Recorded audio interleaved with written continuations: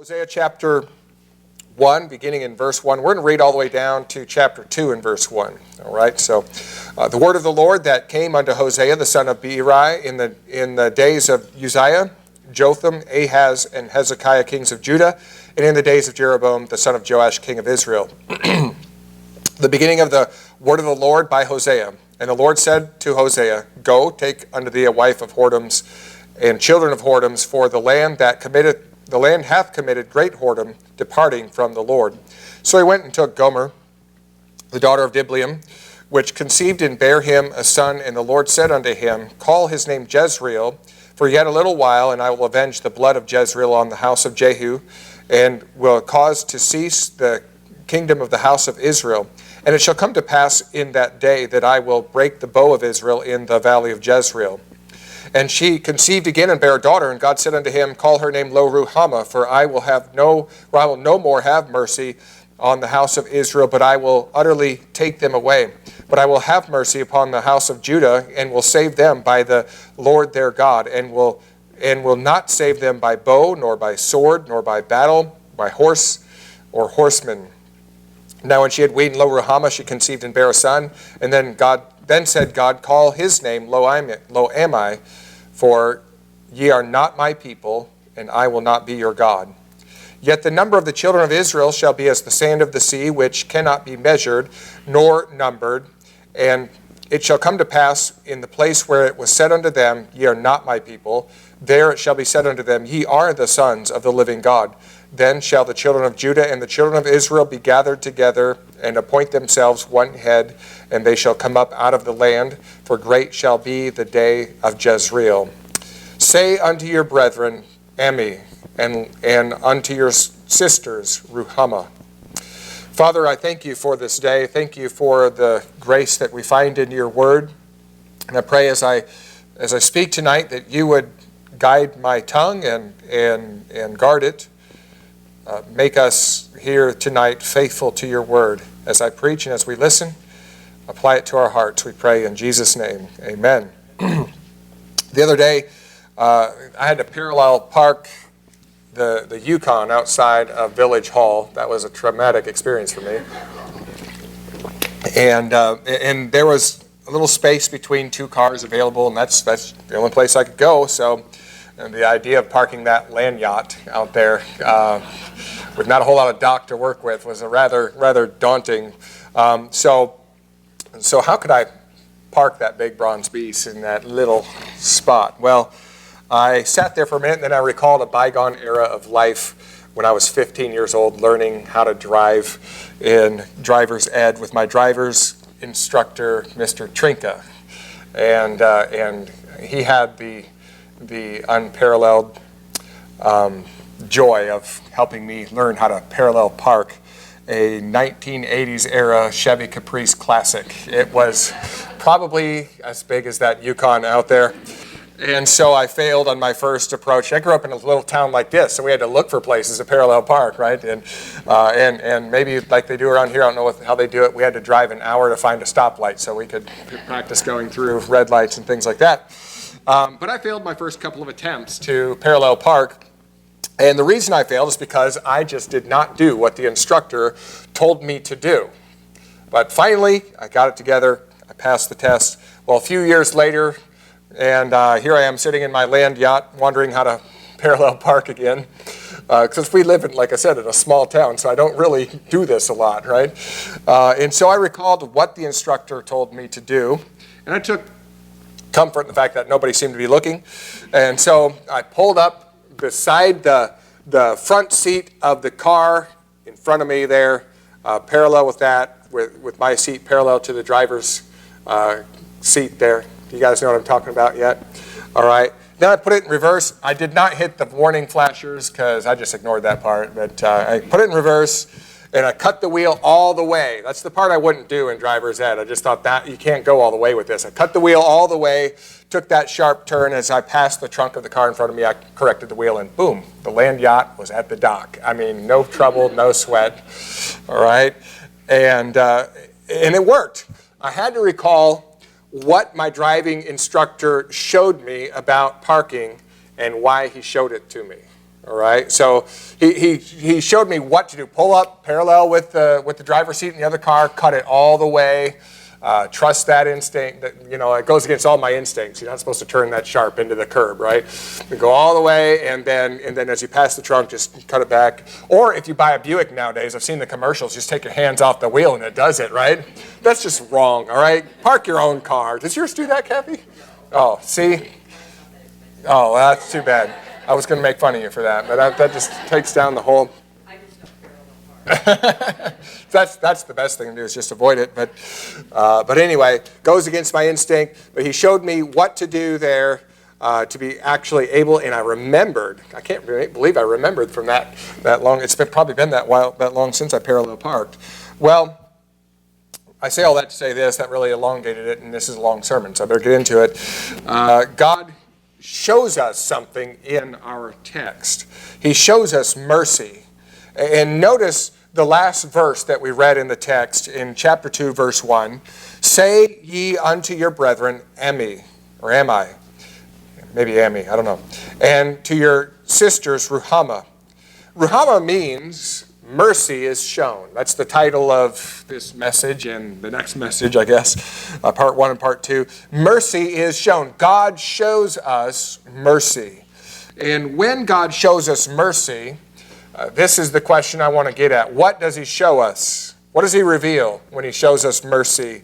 And equally as important is a second question, why does he show it? We'll tackle that question more next week, but what does he show us when he shows us mercy, and why does he show it? And so I want to get to the bottom of these questions about mercy, and when showing us mercy, just like my driving instructor showed me what? He showed me certain things about parallel parking. God shows us what? Certain things about mercy. What does God show us? And then we'll maybe touch on it a little bit tonight, but mostly next week. Why does he show it? So the book of Hosea breaks down into two main sections. There's a narrative section that serves as a metaphor also. Those are chapters 1 through 3, those three sections. And then there's a section of sermons or prophecy, and that's the rest of the book, chapters 4 through 14. And in the section, in the first section, God commanded Hosea to marry an immoral woman who would prove to be unfaithful to him.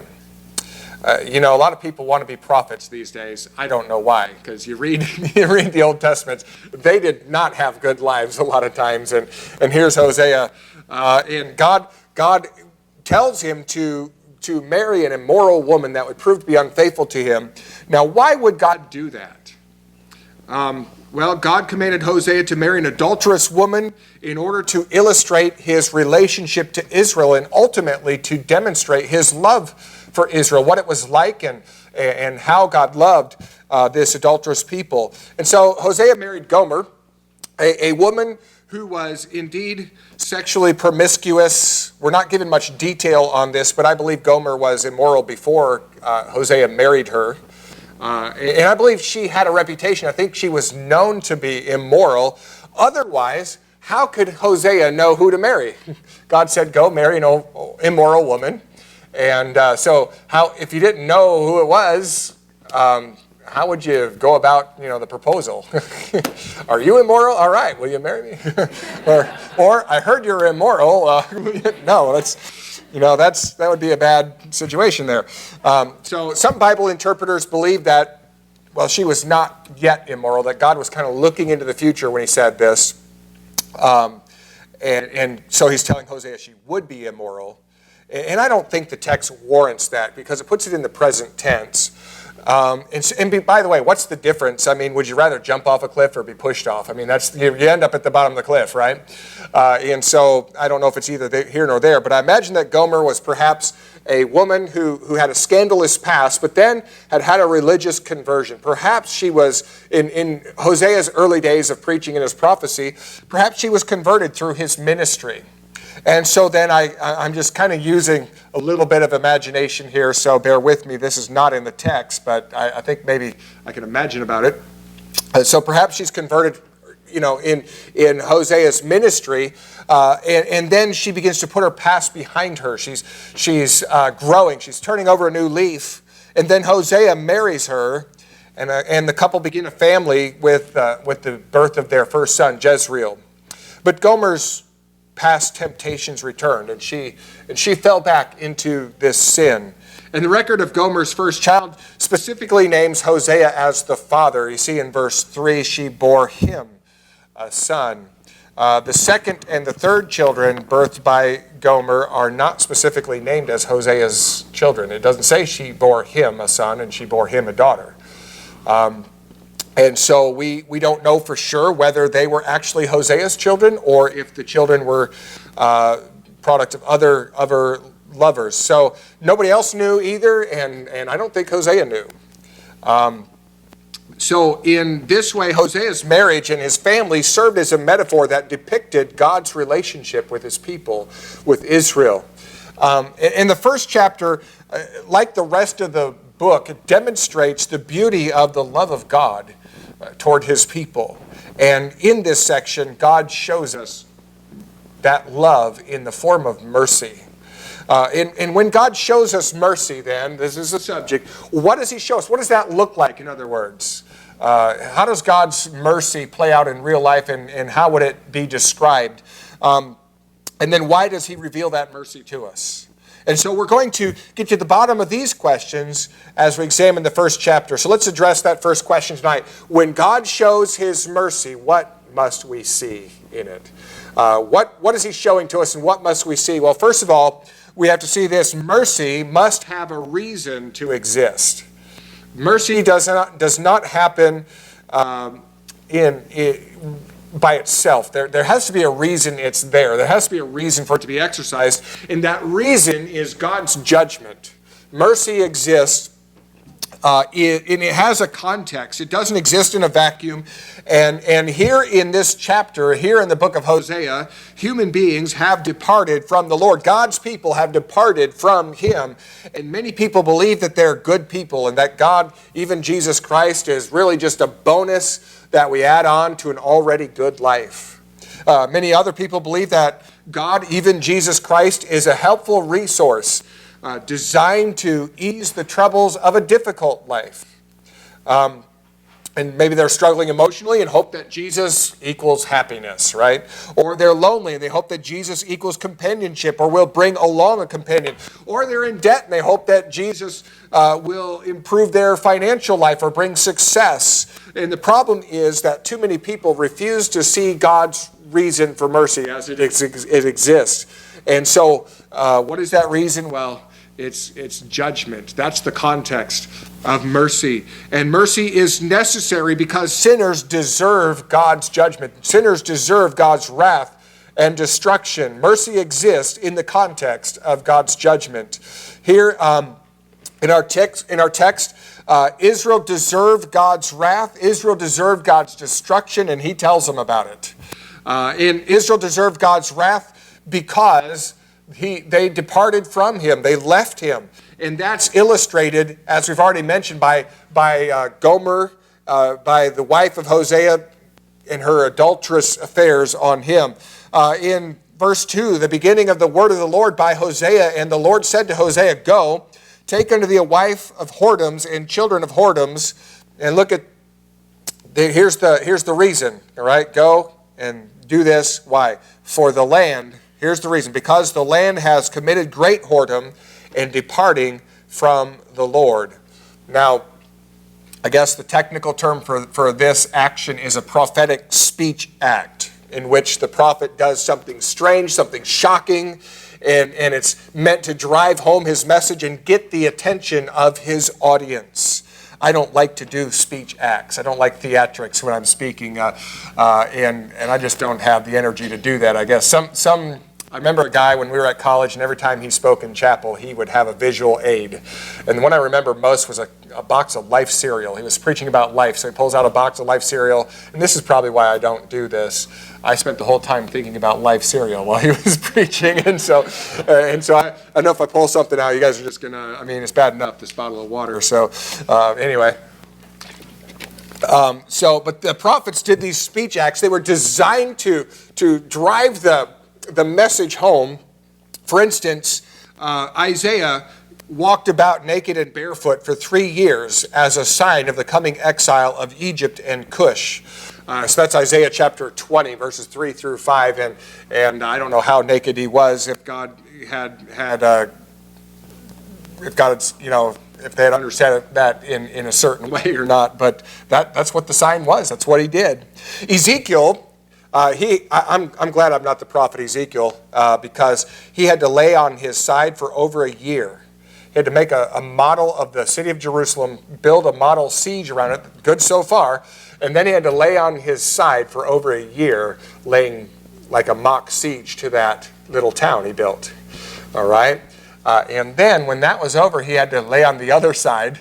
I guess that's better. You get to roll over, right? Had to lay on the other side for 40 more days, I believe. And during that time, he had to cut off his hair and cut it up with the sword, burn part of it, and scatter the rest of it. All of this was a prophetic speech act. People would walk by, and there's Ezekiel again. There he is. He had to bake his bread with manure and all of that stuff. And so also Ezekiel had another speech act, and that's when his wife died, and he was forbidden to mourn her. In Ezekiel chapter 24. Jeremiah the prophet, as a speech act, did not get married. And so in Hosea's case, his family life was his speech act. It was a living illustration of Israel's sin in her unfaithfulness to God. And we are meant to hear Gomer's treatment of Hosea and react in disgust. And we're meant to think, wow, she's guilty. She deserves whatever's coming to her. And God says, in the same way, Israel was guilty, and she deserves whatever she is going to get, whatever's coming to her. Israel deserved God's wrath and judgment because she had departed from him, from the Lord. And that's made clear by the illustration of Gomer's adultery. And then, so God illustrates this deserving judgment of Israel, and then God indicts Israel. So he illustrates the problem. Now he indicts Israel on her sin. God indicted Israel. Basically, that means he's lodging a formal complaint, a formal charge against her. Look at verse 2 again. At the end of the verse says, "For the land hath committed great whoredom, departing from the Lord." There's the formal indictment, the great controversy, the charges God is lodging against his wife. So it says the land has committed great whoredom. What is the land? And how can land be unfaithful to God? Has soil ever been unfaithful to you? Like you walk into, well, I guess my yard is. All right, it always grows the wrong stuff, weeds, right? No, the term land here though does not refer to the soil. It refers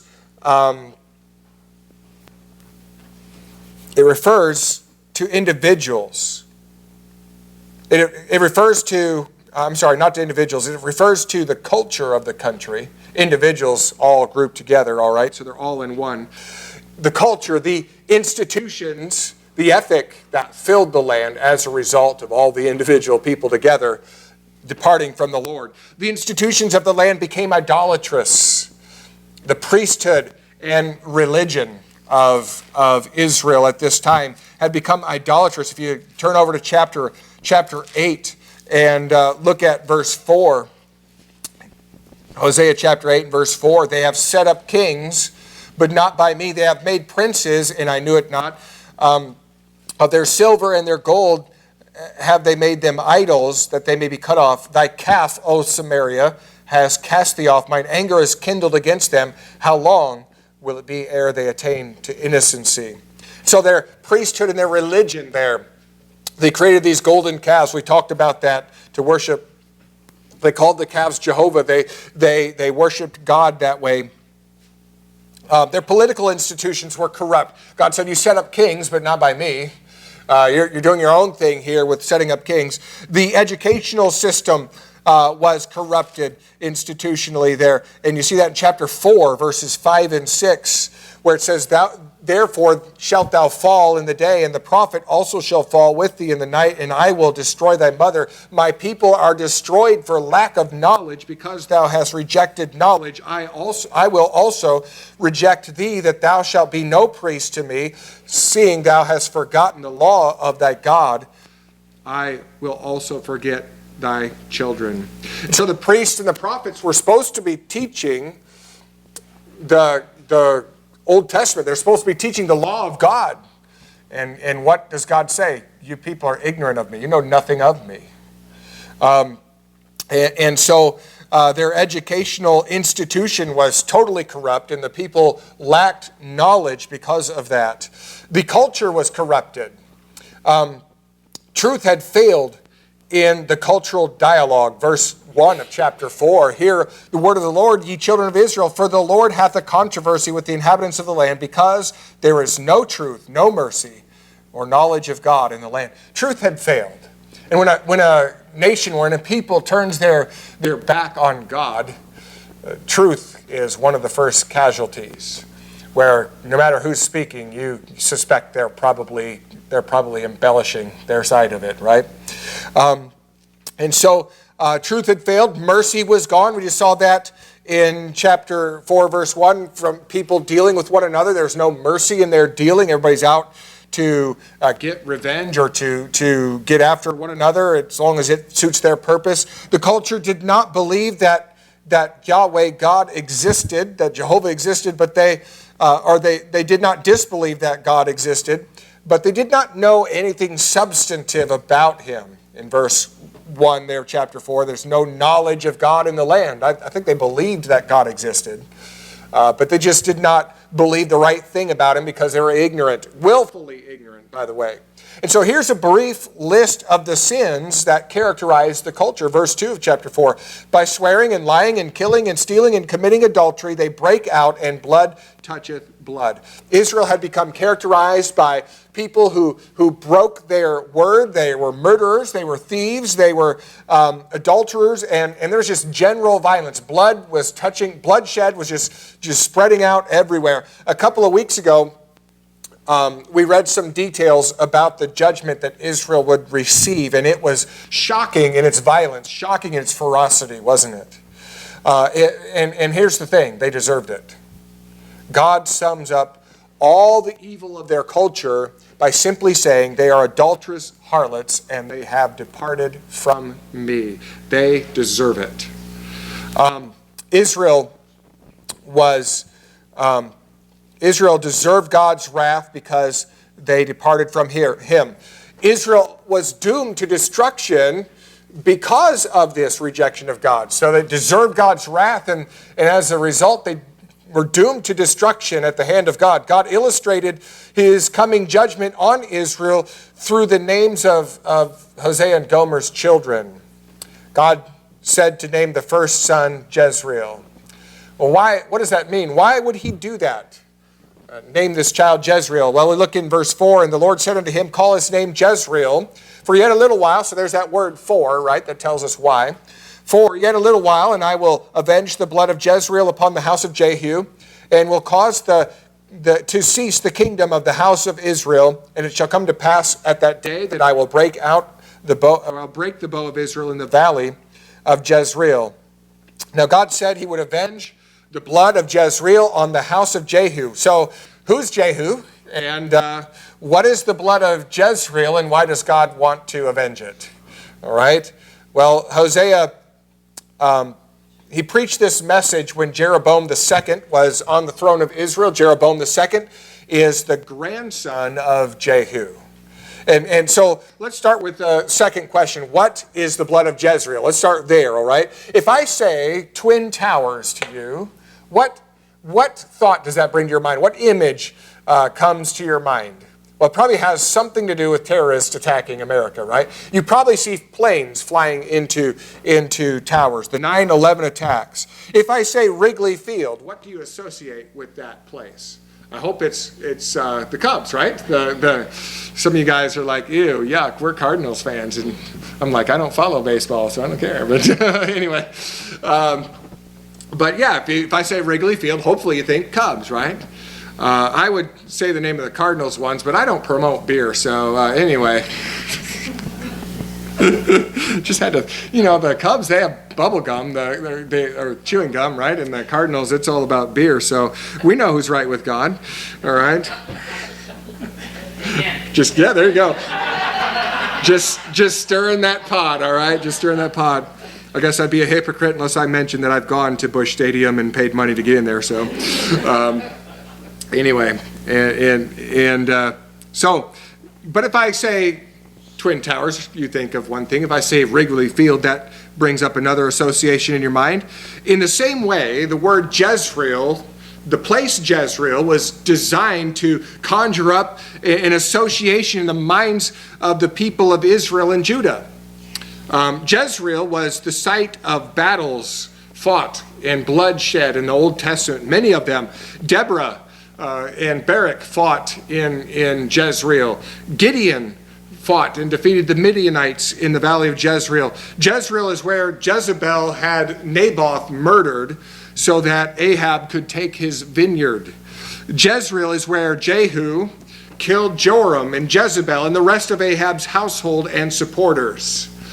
And so when someone said Jezreel, the people of Israel would instinctively think of a bloody place, the bloodshed and violence. Those two terms were synonymous, and that's what the blood of Jezreel was, a place of violence and slaughter. That's the association. And why would God want to avenge the blood of Jezreel then on Jehu's household? Well, in 2 Kings, through the prophet Elisha, God commissioned Jehu to completely destroy the house of Ahab. Ahab had murdered Naboth, or Jezebel had. They had promoted Baal worship. They had shed the blood of many, many prophets, God's prophets in the land, and they were just downright evil. And in 2 Kings chapter 9, verses 7 and 8, a prophet sent by Elisha breaks into a meeting where Jehu, one of the captains of the army, is sitting with the other commanders of the army. And he commanded Jehu in the name of the Lord, he anointed him and commanded him in the name of the Lord to kill everyone in Ahab's household. Jehu, he obeyed that command zealously, and he killed them all, including Jezebel. And then he called a big meeting at the house of Baal. And he said, no one ever worshiped Baal like I'm going to worship Baal. Let's get all the worshipers and priests of Baal here to the temple of Baal. Make sure there's no worshipers of the Lord there. They got them all in there. They locked all the doors, and they killed everybody. I mean, he carried out God's instructions with gusto. And God commended Jehu for doing this. In 2 Kings chapter 10 and verse 30, the Lord said unto Jehu, because thou hast done well in executing that which was right in mine eyes, and hast done unto the house of Ahab according to all that was in mine heart, thy children of the 4th generation shall sit on the throne of Israel. So we can confidently say that God did not want to punish Jehu's house for the violence against Ahab's household, because that would be hypocritical of God to say, I want you to kill all these people, and then when they do it, punish you for it, right? I can think of when God commanded Saul to kill all the Amalekites, and he didn't. God punished Saul for that, right? So obviously, I do not think that when God says, I want to avenge the blood of Jezreel on the household of Jehu, he's not talking about this. He's not talking about Ahab's blood. So why does God say that he will avenge the blood of Jezreel on Jehu's house and on Israel? Well, I believe he would punish Jehu's house because after they carried out God's will there, they did not follow the Lord. In fact, they started doing the same things that Ahab had been doing. They carried out the bloodshed against Ahab. They killed off the idolater Ahab, but then they continued to practice idolatry themselves. 2 Kings chapter 10 and verse 31, right after God had commended Jehu for his actions, the narrator of 2 Kings says, but Jehu took no heed to walk in the law of the Lord God of Israel with all his heart, for he departed not from the sins of Jeroboam, which made Israel to sin. Jeroboam was the one that set up the golden calves in Dan and Bethel. And so Jezreel was not a picture of God's revenge for killing Ahab, but was a picture of the violence of God's judgment on the whole nation of Israel, starting with Jehu's household. When Jeroboam II, after a long rule of 40 years, when he passes away, his son takes the throne, but only for 2 years, and then he's assassinated in all of the household.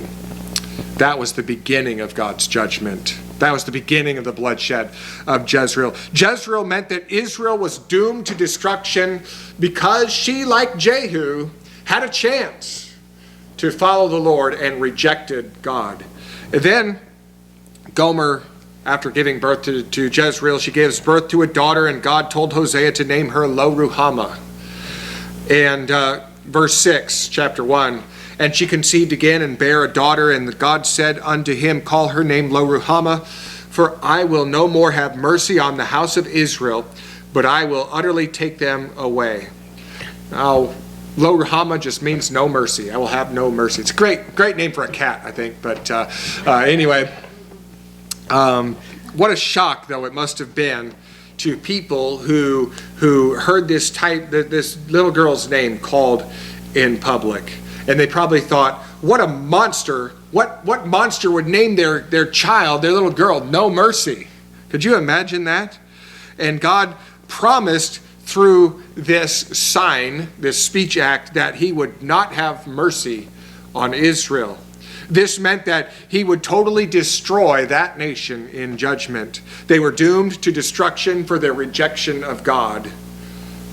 And then also, in this context of mercy, that is God's judgment, Israel was disowned by God. And when God appeared to Moses, he told him at the burning bush that he was the covenant God of Israel. And Moses said, who should I tell that, who should I say sent me to you guys, to them? And God said, I am who I am. I am sent to you. That's my name, and I am taking this name with you. I am expressing the covenant that I have with Israel. God claimed ownership of his people at that time. And in a reversal of that language, God in effect says, I will no longer be I am to Israel. He disowned them. He says, you are not my people. I am not your God. In verse 8, when she had weaned Lo-Ruhamah, she conceived and bare a son, and then said, God, call his name Lo-Ammi, for you are not my people, and I will not be your God. Now, what does Lo-Ammi mean? Well, Lo-Ammi means not my people. It could also be translated no kin of mine. Now, what a shocking message to the people of Israel every time they saw this poor little kid in public.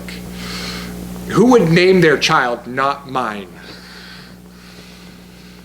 And I wonder if Hosea, when they weren't out in public, had to sit down and reassure his kids. I'm not sure. This name was a scandal, and perhaps Hosea did not know if the child really was his. More importantly, the child's name told Israel that God had denied paternity to them. He had disowned them. So, when God shows us mercy, what do we see? Well, we see that mercy does not exist in a vacuum. Mercy has a context. We see that mercy must have a reason to exist. And that reason is judgment, and it is deserved judgment. And so we are moving here to the end of this part of the sermon. And we just don't have time to move on past this. So let me just conclude with a few remarks here. Mercy must have a reason to exist. That's judgment. Next week, we're going to see two other aspects that God reveals of his mercy. One is that mercy must have a mission to accomplish. It has to have a reason to exist. It has to have also a mission to accomplish. And mercy also must have a means to function. And so we're going to look at these two other aspects of God's mercy in the future. And so far in our study of Hosea, we have seen a whole lot of judgment, haven't we? There's a lot of judgment in the book of Hosea, and this is the context of mercy. But there's a lot of mercy in the book of Hosea also. There's a lot of God's love. Mercy is never given, by the way, to a deserving people. We need to understand that as we understand the context of mercy. If it was given to a deserving people, it would not be mercy, it would be merit. And so this is an awkward pause in the message, but let's examine what mercy in context of judgment should produce in us. I'm reminded of a story In the early days of his presidency, Calvin Coolidge awoke one morning in his hotel room to find a burglar going through his pockets. And Coolidge spoke up, startled the young man, and he asked the burglar not to take his watch chain because it contained an engraved charm that he wanted to keep. Coolidge then engaged the thief in a quiet conversation and discovered that this young man was a college student who had no money to pay his hotel bill, and he didn't have enough money to buy a ticket on the train to get back to campus. So President Coolidge had already persuaded the confused young man to give him his wallet back, and he took out his wallet and he counted out $32 and gave it to him and declared it to be a loan. And then he proceeded to advise the young man to leave the way he came so that he could avoid the Secret Service. That's mercy, right? The young man deserved judgment. And yes, the loan was paid back. What did the president's mercy produce in the young thief?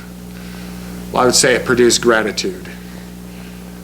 He might have gotten away with just keeping the $32. I'm sure the President of the United States would not make it his life's mission to seek out the young man.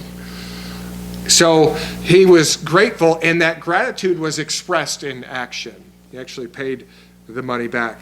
May we, by the mercy of God, be moved to gratitude, and by that gratitude be moved to actions that reflect our love for Him. That kind of mercy is expressed in the New Testament in texts like Ephesians 4:32. Be kind one to another, tender-hearted, forgiving one another, even as God for Christ's sake hath forgiven you. And so a forgiven people, a people who have experienced mercy, knowing the context of that mercy, ought to be people that extend that mercy to others. May God move us by gratitude, understanding the context of His mercy, to action, merciful action toward others.